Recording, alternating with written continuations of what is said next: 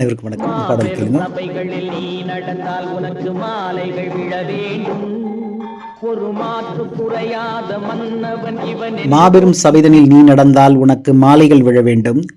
ஒரு மாசு குறையாத மன்னவன் இவன் என்று போற்றி புகழ வேண்டும் என்றார் கண்ணதாசன்.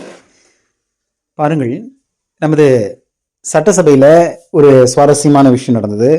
சபாநாயகர் அவர்கள் திரு ஜேசிடி பிரபாகரன் அவர்கள் இந்த பாடலை பாடி முன்னாள் முதல்வர் எம்ஜி ராமச்சந்திரனுக்கு இணையாக நமது திரு விஜய் அவர்கள் செயல்பட்டிருக்கிறார்கள். மக்களின் அன்பை பெற்றிருக்கிறார்கள். மிக குறுகிய காலத்திலேயே மிக மாபெரும் வெற்றி சபையினில் வெற்றி பெற்றிருக்கிறார்கள். இளமையானவர்கள், மிகவும் அமைதியானவர்கள் என்றெல்லாம் போற்றி புகழ்ந்து அவர்களை பற்றி குறிப்பு கொடுத்திருந்தனர். இந்த மாண்பு ஒரு மனிதனுக்கு எப்படி வரும்? தன்னுடைய சினிமா துறை என்றாலும் கூட பல கோடி வருவாயை விட்டுவிட்டு மக்கள் நலத்தொண்டே மகேசனுடைய தொண்டு, இங்கு நடக்கக்கூடிய ஊழல் ஆட்சியை நாம் நிறுத்த வேண்டும் என்ற ஓர் உந்துதலின் பேரில், மக்களின் கோரிக்கையின் பேரில், ரசிகரின் மேல் இருந்த நம்பிக்கையின் பேரில் திரு விஜய் அவர்கள் தன்னுடைய நிலையிலிருந்து மாற்று நிலைக்கு வந்தார்.